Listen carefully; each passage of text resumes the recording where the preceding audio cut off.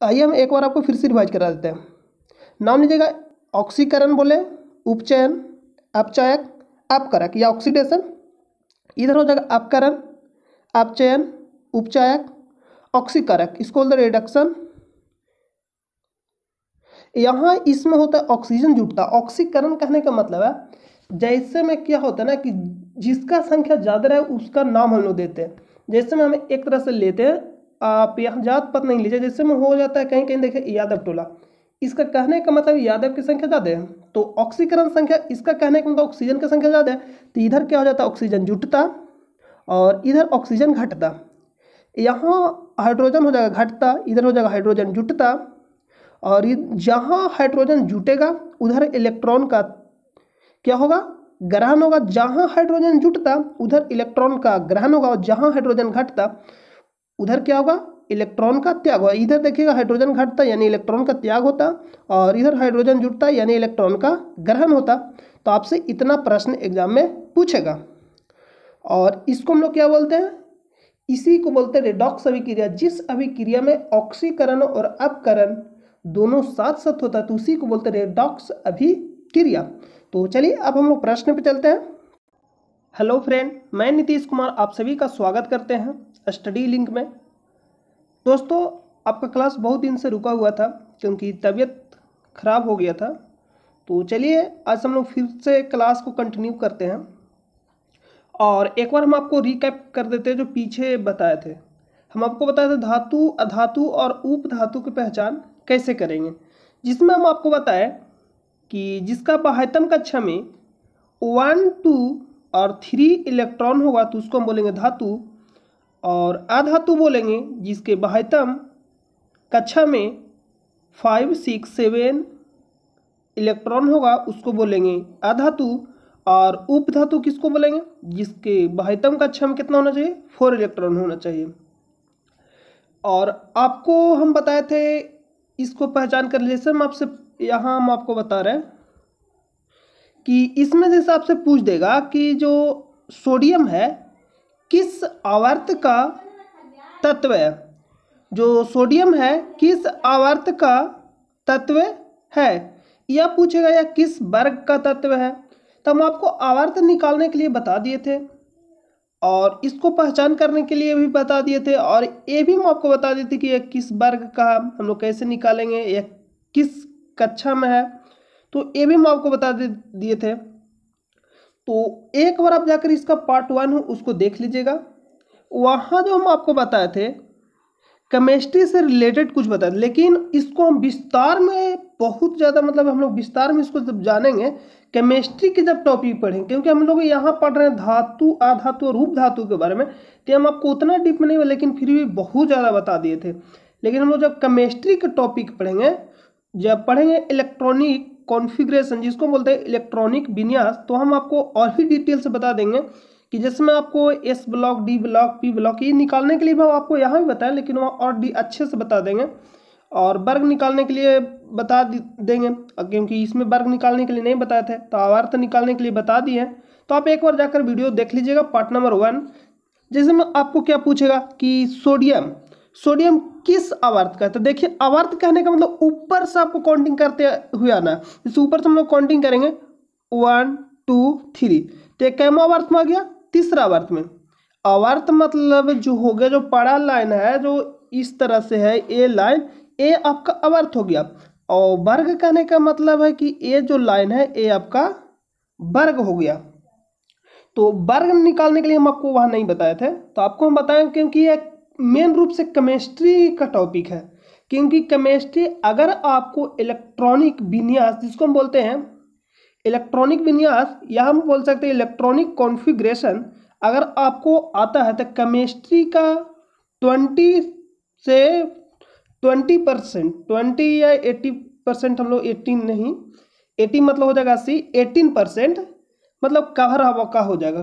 Chemistry बोल रहे हैं, ये नहीं बोल रहे आपको कि 9th क्लास केमिस्ट्री का कवर हो जाएगा 20 से 18% अगर आप इलेक्ट्रॉनिक कॉन्फ़िगरेशन जानते निकालने के लिए। उसी से आपको कोर इलेक्ट्रॉन निकल जाएगा, कक्षा निकल जाएगा, आवर्त निकल जाएगा, वर्ग निकल जाएगा, किस ग्रुप में पाया जाता है, या किस वर्ग का है, किस ब्लॉक का है, सारा निकल जाएगा आपका। तो आपको हम बताएंगे जब केमिस्ट्री के टॉपिक या स्पेशल टॉपिक आपको पढ़ा देंगे, इलेक्ट्रॉनिक कॉन्फ़िगरेशन आपको स्पेशल टॉपिक में बता देंगे। तो आप इस तरह से, और आपको जो याद करना है, जो 1 से लेकर मिनिमम 1 से 30 तक आपको याद ही करना, तत्व को 1 से 30 तक आपको याद करना है। तो 1 से 30 तक आपको याद करना है। और एक जो आपको याद करना है, ये जो आप पहला देख रहे हैं, ये पहला और दूसरा, और लास्ट के पहला और दूसरा, मतलब 17 नंबर, ये आपका 17 वर्ग हो गया या 18 वर्ग। तो ये पहला और दूसरा वर्ग का और 17-18 वर्ग का आपको याद करना। पहला को बोलते हैं, ये जो पहला हो गया क्षारीय धातु, ये जो पहला हो जाएगा क्षारीय धातु। दूसरा को बोलते हैं क्षारीय मृदा धातु, और ये आपका हो जाएगा हाइड्रोजन हो जाएगा, जो 17 नंबर वर्ग में आता है। और ये 18 नंबर नोबेल गैस, आप जानते हैं अक्रिय गैस। तो ये आपको दो, फर्स्ट के दो, पहला आपका 2 हो जाएगा, पहला वर्ग और दूसरा वर्ग, और लास्ट के 17वां और 18वां वर्ग आपको याद रखना बहुत जरूरी है। और ये जो आप देख रहे हैं, ये इसको हम बोलते हैं जिग जैग लाइन। तो आप ये भी पूछ लेते हैं जिग जैग लाइन पे कौन सा तत्व पाया जाता है, तो कौन सा तत्व? उपधातु। जो तत्व, इसका नाम क्या है? उपधातु पाया जाता है, उपधातु। तो आप इसको याद रखिएगा, उपधातु पाया जाता है। तो कभी कभी पोलोनियम को भी ले लेता है और कभी कभी एंटीमनी के ले लेता है। तो हम आपको जब प्रश्न कराएंगे तो आपको 6 मारना या 7 मारना, तो हम आपको कन्फर्म कर देंगे आपको। लेकिन इसमें आपको पहला वर्ग और दूसरा वर्ग और 17वां नंबर 18वां नंबर याद आपको कन्फर्म रखना। और इसमें से आप उपधातु को याद रखिएगा कि उपधातु कितने होते हैं, 7 होते हैं या 6।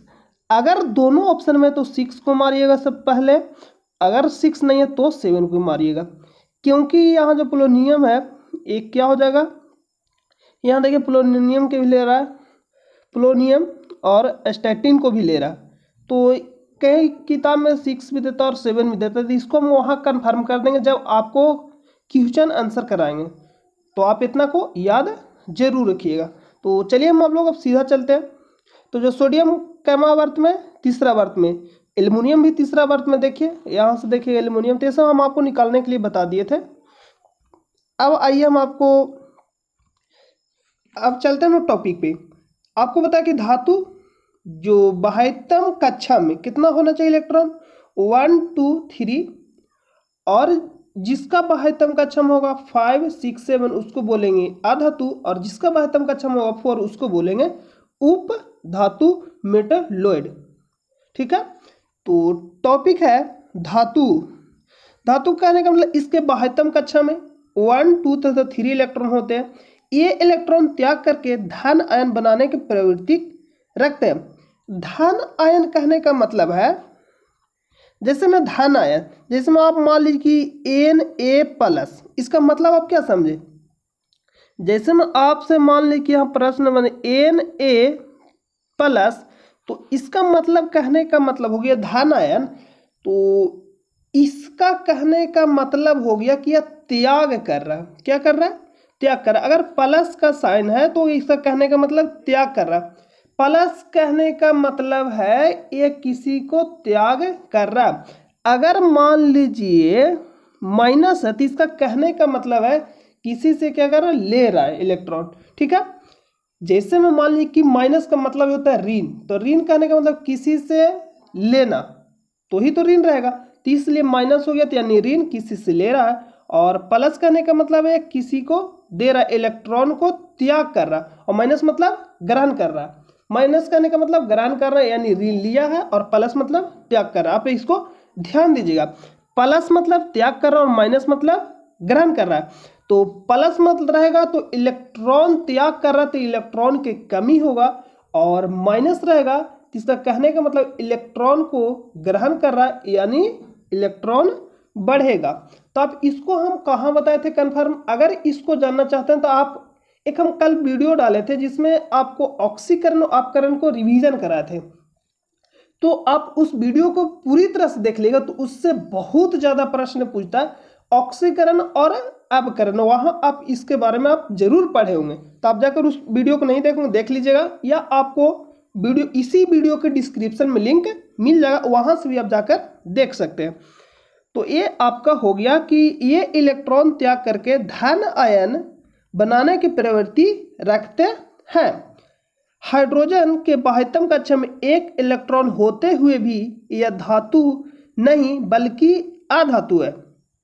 देखिए इसको जो भी अपवाद आप ये ध्यान दीजिएगा, हाइड्रोजन के बाह्यतम कक्षा में एक इलेक्ट्रॉन होते हुए भी यह धातु नहीं बल्कि अधातु, आप इसको ध्यान में रखना है। क्योंकि इसका जो वर्ग है, आप ध्यान से देखिएगा यहाँ कि इसका जो वर्ग है, यहाँ जो फर्स्ट वर्ग में इसको कन्फर्म नहीं रखा गया। ये फर्स्ट वर्ग में आ सकता है, सेवंथ वर्ग में इसको मतलब कन्फर्म नहीं किया, इसको आवारा तत्व भी कहा जाता है। आपसे ये भी प्रश्न पूछ लेता है कि आवारा तत्व किसे कहा जाता है, तो हाइड्रोजन को, आप इसको भी ध्यान में रखिएगा। तो इसलिए ये जो लिख रहा है कि हाइड्रोजन के बाह्यतम कक्षा में एक इलेक्ट्रॉन होते हुए भी यह धातु नहीं बल्कि अधातु है, तो इसको खास आपको ध्यान देना, स्टार लगा लीजिएगा और इसको एक दो बार देख लीजिएगा। और आपको अगर इसका PDF चाहिए तो आप हमारे टेलीग्राम चैनल से जुड़ जाइएगा, जिसका लिंक वीडियो के डिस्क्रिप्शन में या जहां आप कमेंट करते हैं वहां से भी आपको मिल जाएगा। तो चलिए हम लोग आगे चलते हैं। अगला है मनुष्य द्वारा सर्वप्रथम उपयोग किए जाने वाले धातु।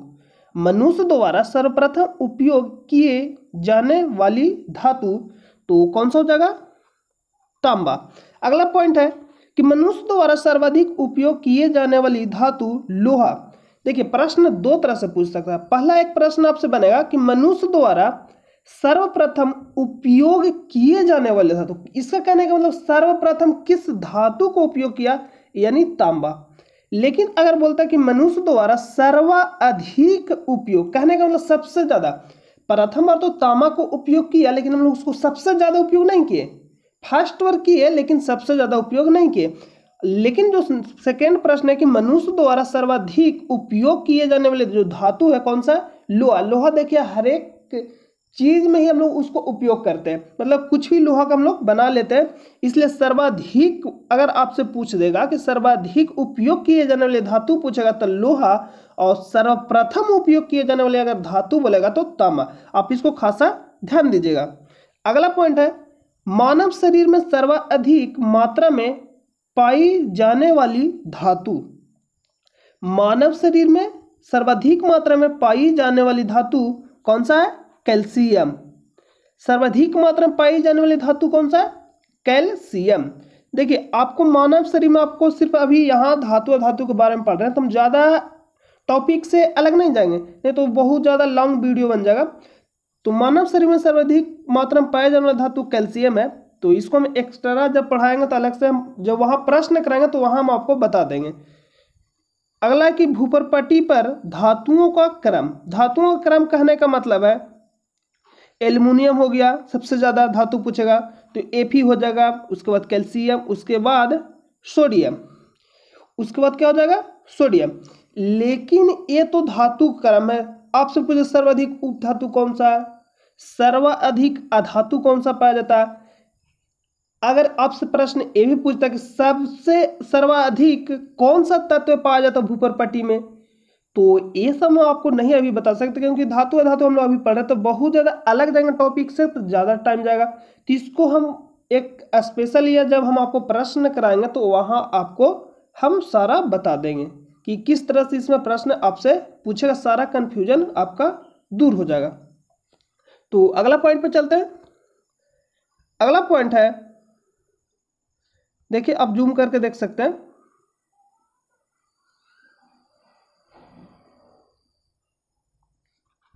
अगला पॉइंट है सबसे हल्की धातु। प्रश्न पूछेगा, जो भी प्रश्न बहुत ज्यादा इंपॉर्टेंट है, क्योंकि हम वैसे टॉपिक को नहीं लाते आलतू फालतू, आपको हम कुछ भी नहीं पढ़ाएंगे, मतलब हम आपको कुछ भी पढ़ा दिया और एग्जाम में कुछ हो पूछ लेगा, ऐसा नहीं है। तो सबसे हल्की धातु कौन सा हो जाएगा, लिथियम। देखिए सबसे हल्की धातु लिथियम। तो इसको याद रखने के लिए हम आपको कंडीशन बताएंगे, सब सारा जो रटना कुछ भी नहीं है।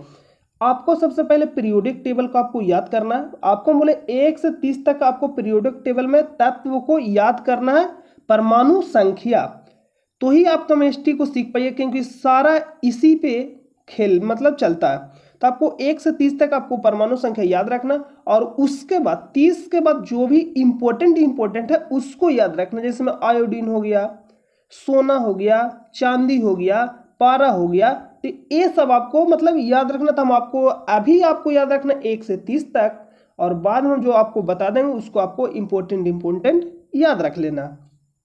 तो सबसे हल्की धातु लिथियम, और इसको भी हम याद रखने के लिए बताएंगे, अभी आपको रटना नहीं है। अभी आप कोशिश करिए 1 से 30 तक आपको तत्व याद रखना। देखिए इसको कैसे याद रखने के लिए बताएंगे। जैसे में लिथियम है, तो लिथियम में देखिए परमाणु संख्या 3 है, तो जो जितना हल्का होगा, जिसका परमाणु संख्या जितना कम होगा उतना हल्का होगा, मतलब आपको दिमाग रहे। तो लिथियम देखिएगा, तो लिथियम से पहले आप ये भी तो बोल सकते हैं कि हीलियम भी हो सकता है, हाइड्रोजन भी हो सकता है। जैसे देखिए hydrogen H1, helium He2, lithium Li3। तो इसके पहले बोलिएगा कि हीलियम भी हो सकता है, हाइड्रोजन भी हो सकता है, तो ये सब क्यों नहीं हुआ? लिथियम ही क्यों हुआ? कि सबसे हल्की धातु लिथियम है। तो अब देखिए कि जो हीलियम है अकीरीय गैस है, इसलिए नहीं ये आया। और जो हाइड्रोजन है, हाइड्रोजन क्या है? धातु नहीं है, अधातु है। ये आपको खासा ध्यान देना है कि जो हाइड्रोजन है क्या है? अधातु। क्या है? अधातु, धातु नहीं अधातु है। तो हाइड्रोजन होगा नहीं। यहाँ प्रश्न पूछा धातु की सबसे हल्की धातु कौन सा है, तो हाइड्रोजन होगा नहीं, हीलियम होगा नहीं, तो क्या होगा? लिथियम। अगर लिथियम ऑप्शन में नहीं है तो बेरिलियम हो जाएगा। इस तरह से आंसर होता है। तो लिथियम सबसे हल्की धातु है। लेकिन अगर आपसे प्रश्न पूछ देगा कि सबसे हल्की तत्व कौन सा है, तो आपका हो जाएगा हाइड्रोजन। सबसे अगर हल्का तत्व पूछता है तो हाइड्रोजन होगा, और सबसे हल्की धातु पूछता है तो आपका हो जाएगा लिथियम। आप इसको ध्यान दीजिएगा, ये था पॉइंट याद करने। तो सबसे हल्की धातु लिथियम हो जाएगा, और सबसे भारी धातु ऑस्मियम। सबसे भारी धातु क्या हो जाएगा? ऑस्मियम। तो आपको इसका संकेत भी याद रखना, क्योंकि लिथियम न लिखकर Li लिख सकता है, ऑस्मियम न लिखकर OS लिख सकता है। आप इसको ध्यान में रखना है। सबसे कठोरतम धातु, तो सबसे जो कठोरतम धातु है कौन सा है? प्लेटिनम। प्लेटिनम जिसको हम बोलते हैं Pt। अगला द्रव अवस्था में पाए जाने वाले धातु कौन सा है? Hg। एकमात्र जो धातु है जो द्रव अवस्था में पाया जाता है। एकमात्र धातु कौन सा है? जो द्रव अवस्था में पाया जाता है। जो अधातु है वो ब्रोमीन है। तो इसको हम याद रखने के लिए तरीका बता। देखिए पारा, Hg बोले तो पारा, तो पारा है जो ब्रोमीन से छोटा। लिखिएगा जब आप इसको शब्द में जब आप लिखिएगा तो देखिएगा कि जो पारा में जो हम लोग अक्षर का जो उपयोग करते हैं, बेरिलियम में जितना अक्षर उपयोग होता है उससे इसमें कम होता है। तो धातु भी अब लिखिएगा तो अधातु से कम ही अक्षर में लिखा जाता है। तो छोटा वाला का हम छोटा के साथ उपयोग कर लेंगे और बड़ा वाला को बड़ा के साथ। तो धातु जो हो जाएगा, धातु में कौन सा एक धातु है जो द्रव अवस्था में पाया जाता है, तो बोलेंगे पारा। अधातु में पूछेगा तो बेरिलियम। आप इसको ध्यान दीजिएगा, आप इसको क्या करना, आपको ध्यान देना है। अगला पॉइंट पे चलते हैं कि द्रव अवस्था में पाए जाने वाला धातु हो जाएगा ये Hg, जिसको हम बोलते हैं पारा रस, या इसी को नाम है क्विक सिल्वर। तो आप इसको भी ध्यान में दीजिएगा। यहां आपका हो जाएगा सॉरी ब्रोमीन है, इसी को चेक कर रहे थे, बेरिलियम नहीं ब्रोमीन। आप इसको यहां ध्यान दीजिएगा जो हम अभी आपको बता रहे हैं। अगर आपसे पूछे कि जो धातु है कौन सा धातु द्रव अवस्था में पाया जाता है, तो Hg बोले तो पारा, Hg बोले तो पारा। अगर आपसे पूछेगा अधातु कौन सा है जो द्रव अवस्था में पाया जाता है, ब्रोमीन, बेरिलियम नहीं ब्रोमीन। कौन सा? ब्रोमीन, जिसको हम बोलते हैं Br। जो एक अधातु है जो द्रव अवस्था में पाया जाता है ब्रोमीन, और जो धातु है जो द्रव अवस्था में पाया जाता है Hg, जिसको हम बोलते हैं पारा रस या क्विक सिल्वर। आपसे प्रश्न पूछता है क्विक सिल्वर के नाम से कौन सा तत्व जाना जाता है, तो पारा को जानते हैं क्विक सिल्वर। जो थर्मामीटर आप देखे होंगे उसमें पारा रहता है, जो बताता है जब बुखार उखार हम लोग नापते हैं। Hg किसी अन्न को अपने में घुलाकर अम्लगम का निर्माण करती है। अम्लगन में Hg अवश्य होता है। तो आपसे भी प्रश्न पूछता अम्लगन में किसको मतलब कौन सा होता है? अवश्य मतलब अनिवार्य रूप से, तो Hg पारा। आप इसको ध्यान दीजिएगा। अगला पॉइंट है, मिट्टी के तेल में रखी जाने वाली धातु कौन सा है? जो मिट्टी के तेल में हम लोग रखते हैं, तो मिट्टी के तेल में कौन सा धातु को रखते हैं? तो आप इतना सिर्फ जानते होंगे कि सोडियम को हम लोग मिट्टी के तेल में रखते हैं, लेकिन आज के बाद आप और भी जान लीजिएगा, क्योंकि सोडियम ऑप्शन में न देकर आपसे दे सकता है पोटेशियम, लिथियम, सीजियम। तो आपको इसमें याद रखना है कौन कौन सा हो जाएगा धातु? सोडियम, पोटेशियम, लिथियम और सीजियम। अगला पॉइंट है कि सोडियम पानी में तैरती है तथा यह जल से क्रिया करके हाइड्रोजन गैस मुक्त करती है। जो सोडियम है पानी में तैरती है, इसीलिए हम लोग पानी में इसको नहीं रखते। अगर पानी में रखेंगे तो पानी में जैसे में क्या होता है, पानी में तैरता मतलब ये ऊपर हो जाएगा पानी के, तो पानी में तो अंदर जाएगा नहीं, डूबेगा नहीं। तो इसलिए हम लोग रखते हैं मिट्टी के तेल में इसको रखते हैं। सोडियम हो गया, सोडियम इस सबको। तो सोडियम है जो पानी में तैरती है, इसका कहने का मतलब सोडियम का जो घनत्व है पानी के घनत्व से कम है। कोई भी वस्तु किसी चीज में कब तैरता? जब जिसका घनत्व कम होगा। जिसमें पानी का घनत्व अधिक है और जो सोडियम है उसका घनत्व कम है पानी के घनत्व से। तुलना हम लोग ये सब करते हैं, जैसे में सोडियम का घनत्व और पानी का घनत्व। तो जो पानी का घनत्व है, जो सोडियम का घनत्व है, तो पानी के घनत्व से सोडियम का घनत्व कम है, इसलिए सोडियम क्या होता है? पानी पे तैरता है। जिसका घनत्व अधिक हो जाएगा डूब जाएगा। जैसे में लकड़ी का घनत्व पानी के घनत्व से अधिक होता है, तो अगर अधिक होगा, जैसे में पत्थर हम लोग लेंगे तो उसका घनत्व अधिक होता है तो क्या होगा? डूब जाएगा। तो लेकिन घनत्व अगर कम रहेगा तो क्या होगा? पानी पे तैरता रहेगा।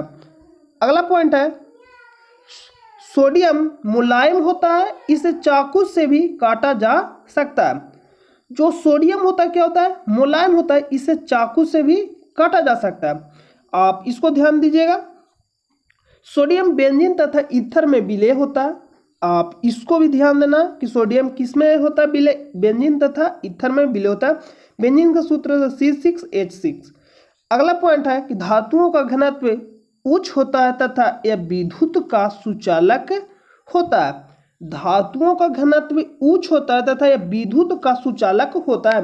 एक ऑप्शन प्रश्न जैसे मैं आपसे पूछ देगा, धातु आघात वर्णीय होता है, मतलब यह जो धातु होता है आघात वर्णीय होता है। तो अगर आपको बताता कारण बताना कि किस कारण के कारण होता है, तो अगर आपसे ऑप्शन में देगा कि धातु चमक होता है, तो चमक होता है इसलिए वो आघात वर्णीय। आघात वर्णीय कहने का मतलब होता है फैलना। जैसे में आघात वर्णीय कहने का मतलब हम लोग पीटेंगे तो फैलेगा, तो फैला के मतलब क्या कर सकते हैं? चादर बना सकते हैं। तो आघात वर्णीय के कारण ही चादर बनता है। तो आघात वर्णीय किसके कारण होता है? तो आघात वर्णीय जो होता है घनत्व के कारण। घनत्व नहीं रहेगा तो चादर नहीं बन सकता, मतलब नहीं फैलेगा। आघात वर्णीय का गुण उसमें नहीं पाया जाएगा। तो ऐसे प्रश्न जब आपको प्रश्न कराएंगे तो आपका डाउट कब क्लियर होगा? जब आप प्रश्न को सोल्व करिएगा। आप जितना ज़्यादा से ज़्यादा थ्योरी पढ़ लीजिए, जब तक आप प्रश्न को सोल्व नहीं करिएगा तो आपका डाउट क्लियर नहीं होगा। तो आपका डाउट हम वहाँ क्लियर करेंगे जब आप प्रश्न को सोल्व करिएगा, तो आपका डाउट खुद से क्लियर हो जाएगा। तो अभी जो भी अगर डाउट होता है तो आप वीडियो को सिर्फ रेगुलर देखते रहिएगा, आपका डाउट धीरे धीरे क्लियर हो जाएगा। अगला पॉइंट है अपवाद। अपवाद दे रहा है कि शीशा क्या है? विद्युत का कुचालक है। धातुओं का घनत्व उच्च होता है या विद्युत का सुचालक होता है, लेकिन एक अपवाद है। क्या है? शीशा, जिसको हम बोलते हैं PB, यह क्या है? अपवाद है, जिसको लेड भी बोलते हैं, यानी लेड बोले तो शीशा। तो यह विद्युत का क्या है? कुचालक। कुचालक बोले तो यानी विद्युत इसके से प्रवाहित नहीं होता शीशा के द्वारा। आप इसको ट्राई भी कर सकते हैं, लेकिन सावधानी पूर्वक इसको ट्राई करिएगा। अगला घनत्व का क्रम। तो घनत्व का क्रम कहने का मतलब सबसे ज्यादा घनत्व किसका होता है? तो सबसे ज्यादा जो घनत्व होगा प्लेटिनम को होगा, उसके बाद सोना को होगा, उसके बाद सीसा, उसके बाद ताना। ताना नहीं, तांबा। तांबा का होगा, जिसको बोलते हैं कॉपर, उसी को बोलते हैं तांबा। तो प्लेटिनम का घनत्व सबसे ज्यादा था, इसलिए सोना से ज्यादा जो महंगा मिलता है वो प्लेटिनम मिलता है। जो सोना से ज्यादा महंगा मिलता है वो कौन सा मिलता है? प्लेटिनम मिलता है। लेकिन सोना को जो रंग है सुनहरा, इसलिए इसका जो डिमांड है ज़्यादा है। महंगा तो प्लेटिनम मिलता है लेकिन इसका डिमांड है, लेकिन अगर आप ये जो सोना है, सोना से ज़्यादा महंगा क्यों मिलता है प्लेटिनम? क्योंकि इसका जो घनत्व अधिक होता है, और घनत्व अधिक होने के कारण जो है आघात वर्णीय अधिक होता है, और आघात वर्णीय अधिक हुआ तो हम लोग कई वस्तु में इसको मतलब बना सकते हैं। जिसका घात वर्णीय ज़्यादा हो उसका उपयोग हम लोग ज़्यादा करेंगे। तो ये जो प्लेटिनम है इस सोना से भी महंगा है, लेकिन आप इस किसी को अगर खरीद के दीजिएगा तो ये जो प्लेटिनम महंगा है लेकिन उसको ये मालूम ही नहीं है, लेगा ही नहीं। क्योंकि सोना अगर आप दीजिएगा ना तो सोना तुरंत लेगा, लेकिन प्लेटिनम को जल्दी नहीं लेगा। अगला है कि धातुएं आम्ल से क्रिया करके हाइड्रोजन गैस मुक्त करती है। तो इस पॉइंट को आपको बहुत बार बता चुके हैं, पीछे भी अभिक्रिया में भी बता चुके हैं, तो आप इसको याद रखिए, ये सब सारा पॉइंट पूछता है। अगला पॉइंट है ये धातु के बारे में दे रहा, जो भी धातु के गुण इसमें पाया जाता है। धातु आघात वर्णीय होता है, धातु में लचीलापन होता है, तन्य योग होता है, मिश्र धातु, चमक, मजबूती। तो ये सब जो आपका हो जाएगा, हम लोग आपको एक मतलब नेक्स्ट वीडियो में जब आपको हम बात ही करेंगे क्लियर, तो मतलब वहाँ आपको गुण के बारे में अलग से हम आपको वीडियो पढ़ाएंगे। ये सब तन्यता, लचीलापन और आघात वर्णीय के बारे में आपको अलग से वीडियो में पढ़ाएंगे। धातुओं के ऑक्साइड प्रायः क्षारीय होते हैं, तो इसको हम आपको क्लियर कर देते हैं अभी कि हम आपको बताए थे धातु के ऑक्साइड,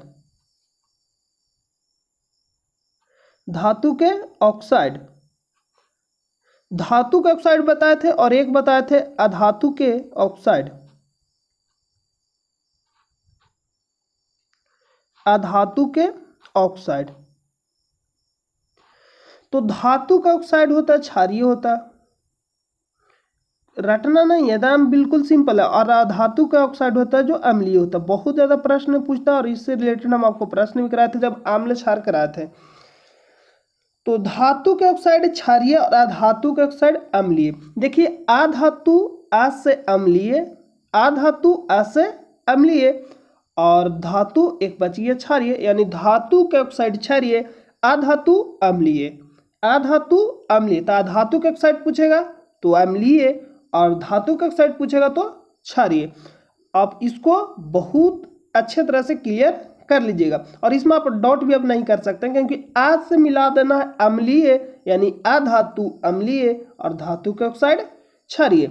और एक है उभयधर्मी ऑक्साइड, जिसके बारे में हम आपको बहुत बार चर्चा कर चुके हैं क्योंकि एग्जाम में इससे बहुत ज़्यादा प्रश्न पूछता है। तो एक बार मैं आपको रिवाइज करा दें कि उभयधर्मी ऑक्साइड कौन कौन है। ऐसा आप वीडियो जाकर देख लीजिएगा, या आप रेगुलर वीडियो देख रहे होंगे तो आपको समझ में, लेकिन हम आपको एक बार यहाँ रिवाइज करा देते हैं। उभयधर्मी ऑक्साइड में कौन कौन आता है? Al2O3, Al2O3, PbO2, ZnOH2O2, ये सब सारे क्या है? उभयधर्मी ऑक्साइड है। अब चलते हम लोग पॉइंट पे।